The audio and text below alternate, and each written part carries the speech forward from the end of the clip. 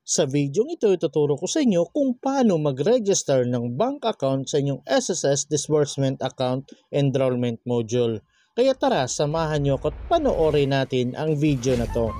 Pero bago yan, sa mga hindi pa nakasubscribe sa akin, kayo na ang bahala.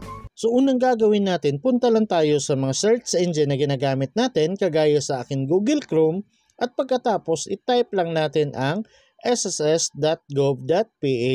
At pagkatapos hanapin at i-click lang natin tong create a my.sss account or login. And then hanapin at i-click lang natin tong member login. So dito, make sure na meron na kayong SSS online account guys. So kung meron na kayo, ilagay nyo na po yung user ID at password dito at pagkatapos i-click nyo ang sign in.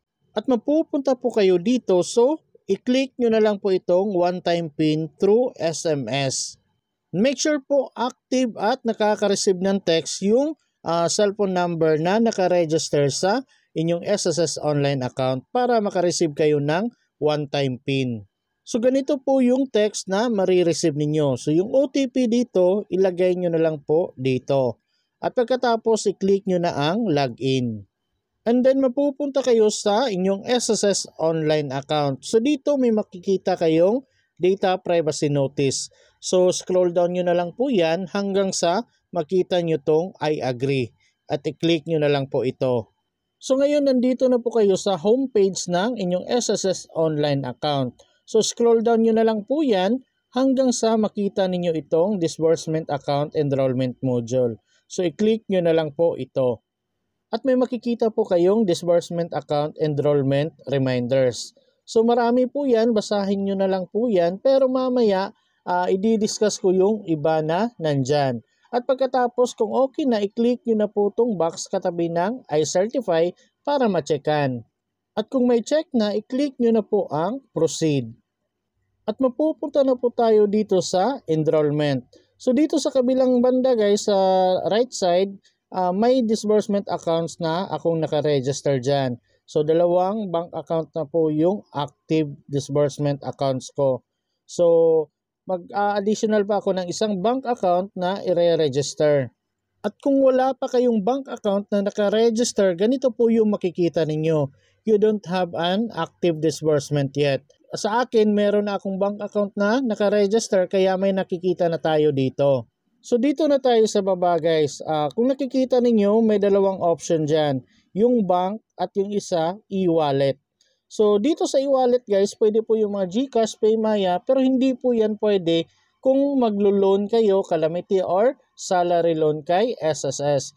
Pwede lang po yan sa ibang benefits kagaya ng maternity, sickness, ganyan, retirement. Pwede lang po ang e-wallet. Pero kung gusto ninyong mag-loan, kailangan talaga bank account yung ipapa-register ninyo. So, piliin natin tong bank. So, reminder lang guys, kung bank yung ipapa-register ninyo, make sure parehas ng pangalan sa SSS account yung pangalan sa bank account na ipapa-register ninyo.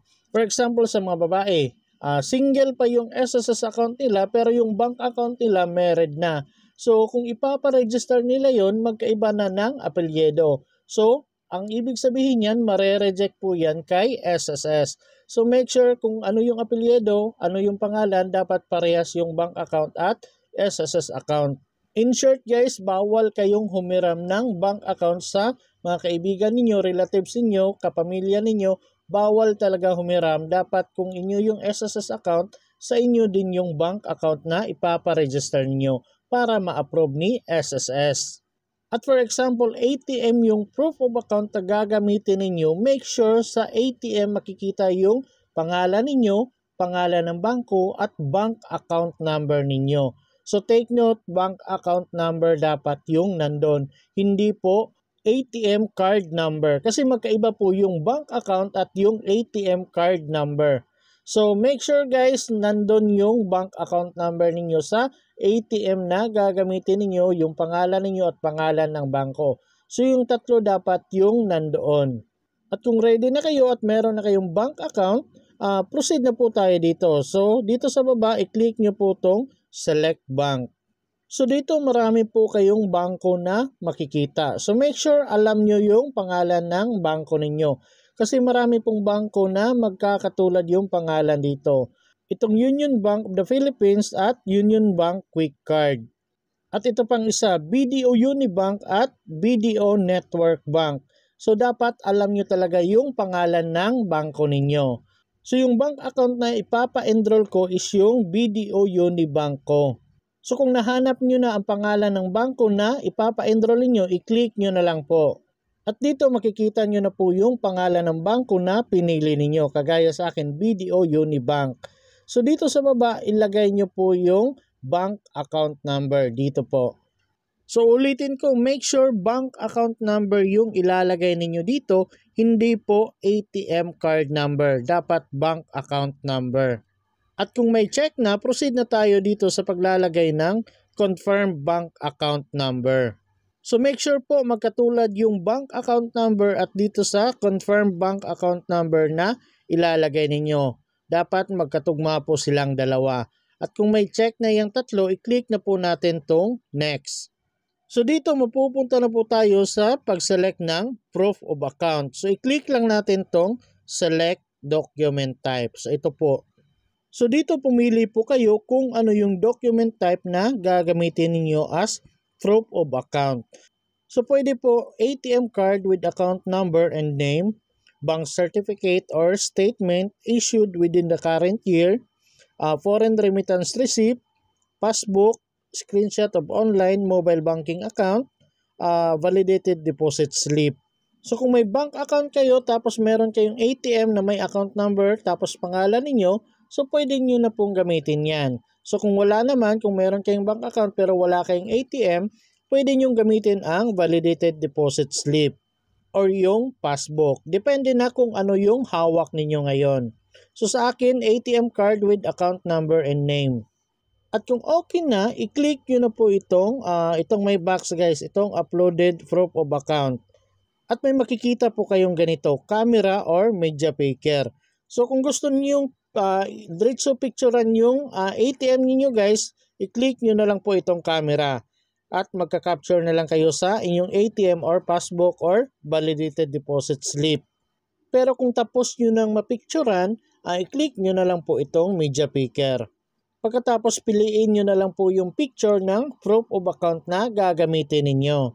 At pagkatapos kung may makikita kayong kulay pula na may nakasulat na ganito, invalid file size, the file size is too large.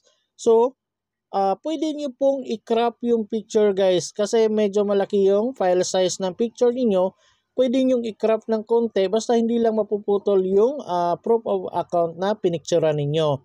So, kapag na-crop na ninyo, mababawasan na yan ng file size. At antayin nyo na ganito na yung lumabas, yung may check na siya. At kung okay na, punta na tayo dito sa baba sa paglalagay ng valid ID cards and documents. At para sa mga nagtatanong kung ano-ano daw yung mga valid ID cards and documents na tinatanggap ni SSS, i-click nyo na lang po itong view list of valid ID cards and documents.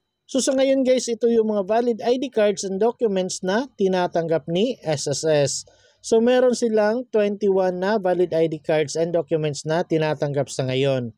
So hanapin at piliin nyo na lang kung ano yung valid ID cards and documents na gagamitin ninyo.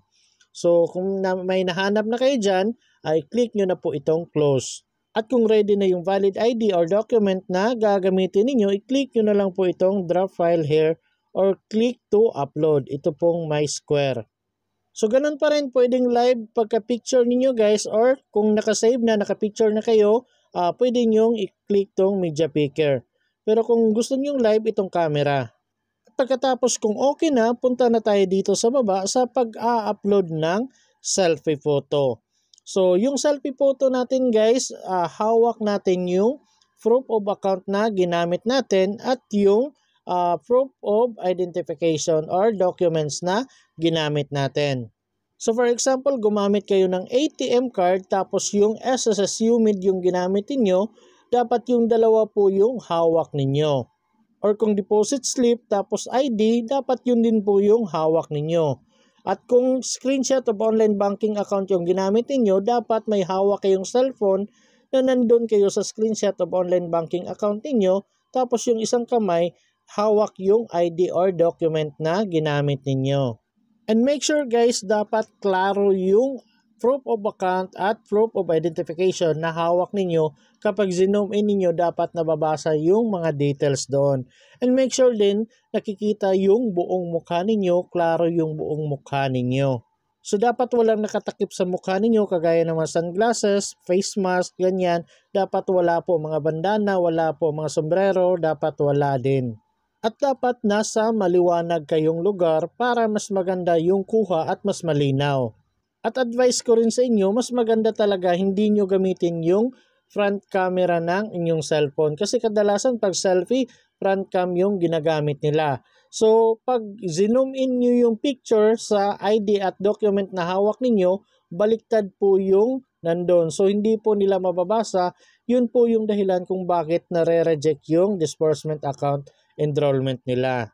So mas maganda po magpa-picture kayo sa mga kasama ninyo dyan at back camera ng inyong cellphone yung gagamitin kasi mas malinaw yan. At tama po kapag zoom in ninyo, mababasa ng maayos yung details na nandun sa proof of account or proof of identification na hawak ninyo. At kung ready na kayo, i-click nyo na po itong draft file here or click here to upload. Ito pong may box. So ulitin ko, pwede pong live yung pagka-take ng picture ninyo na hawak ninyo proof of account at identification card or document. Or pwede din kung nakapicture na kayo, pwede nyo i-upload na lang, i-click nyo tong media picker. At kung okay na at ganito na yung lumabas, i-click nyo na lang po itong next. At pagkatapos may makikita kayong ganito, so i-click nyo na lang po itong box katabi ng I certify para ma-checkan. At pagkatapos kung may check na, scroll down nyo na lang po hanggang sa makita nyo itong enroll. So i-click nyo na lang po itong enroll. At pagkatapos may makikita kayong ganito dito sa gilid na you have successfully enrolled. Pero hindi pa po yan approved guys kasi for branch approval pa po yan. So kung nakikita nyo dito may kulay pula na for branch approval. So wag nyo pong ika-cancel yan. Antayin nyo po na maging active disbursement yung makalagay dyan. So kagaya ng nandito sa taas na disbursement account ko, active disbursement account na yung nakalagay. So dito sa baba, yung video ko is for branch approval pa. So antay-antayin lang natin mga 3 to 5 working days hanggang sa ma-approve na or ma-reject yung application natin. Kasi dalawa lang yung patutunguhan yan, ma-approve or ma-reject. So i-check nyo na lang sa disbursement account ninyo from time to time kung approved na ba or rejected yung disbursement account ninyo. At may marireceive din kayong email na ganito na nag-enroll daw kayo ng disbursement account. So mag-email daw sila ulit kung approved or rejected yung in-enroll ninyo. So pwede kayong bumalik from time to time guys. Punta kayo sa inyong SSS account tapos dito sa baba i-click nyo yung disbursement account enrollment module. Pagkatapos makikita nyo na po ito. So kung nakikita ninyo for branch approval pa rin yung BDO Unibanco. Pero yung Union Bank at yung Asia United Banco is active disbursement na kasi na-enroll ko na po yan dati. So pwede po kayo mag-enroll hanggang 3 bank account or e-wallets dito sa SSS Disbursement Account Enrollment Module. So ulitin ko, mag-aantay kayo mga 3 to 5 working days. Pero depende pa rin yan. Sa dati kasi merong umaabot na 10 days. Depende sa system nila or sa mga holidays.